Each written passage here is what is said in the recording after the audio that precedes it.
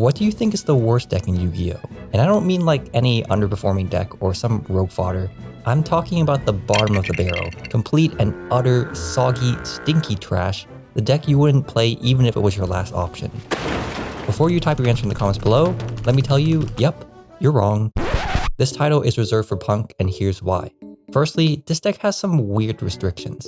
In the modern day and age where Flamberge has 3 effects and can use them all in one turn, where Branded Fusion basically does your taxes and gets you laid, and Kashtira can literally just do oh, okay. Why are Amazing Dragon and Deer Note so restrictive? Like, is Konami afraid the game's cheeks are going to be spread wide open if Amazing Dragon could bounce cards and summon a Punk monster from the grave in the same turn? Would Yu-Gi-Oh! Be cancelled on Twitter? Sorry, I meant X, if Deer Note could be summoned after a second effect was used? Like, seriously, Nintendo, y'all gotta step up your game here, you're gonna start losing to stuff like this. In addition, having to pay life points is ridiculous. A deck like Tearlament, before Konami took its firstborn child of course, could combo essentially for no restrictions outside of sacrificing its monsters like Aztec children. Why do I need to pay 600 life points just to fusion summon with Shirakusai? Literally unplayable. Oh, and can you believe this deck only draws 2 cards per turn? There are so many decks nowadays that can go through their entire deck in one turn.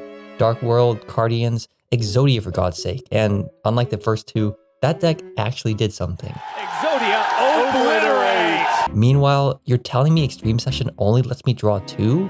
On top of that, don't forget what I said earlier, I have to pay life points to do so?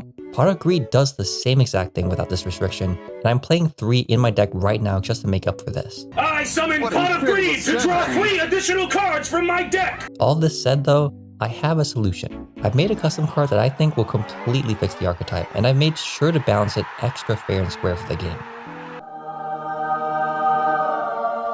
Look, before you say anything, my dad works at Konami, so I think I know what I'm doing. Anyways, my reasoning is this. So many decks nowadays basically insta-win when they get to go first. You vomit out 10 more billion negates to the point where even if your opponent did open 5 board breakers, they still lose. That said, because I don't want to be a meta noob, I didn't want to make a card that outright wins the game on summon. Thus, I've made this compromise. This card makes it so that we no longer have to pay life points, but our opponent pays us instead. And by pay, I mean pay you money so that you can make up for your losses investing in this damn game.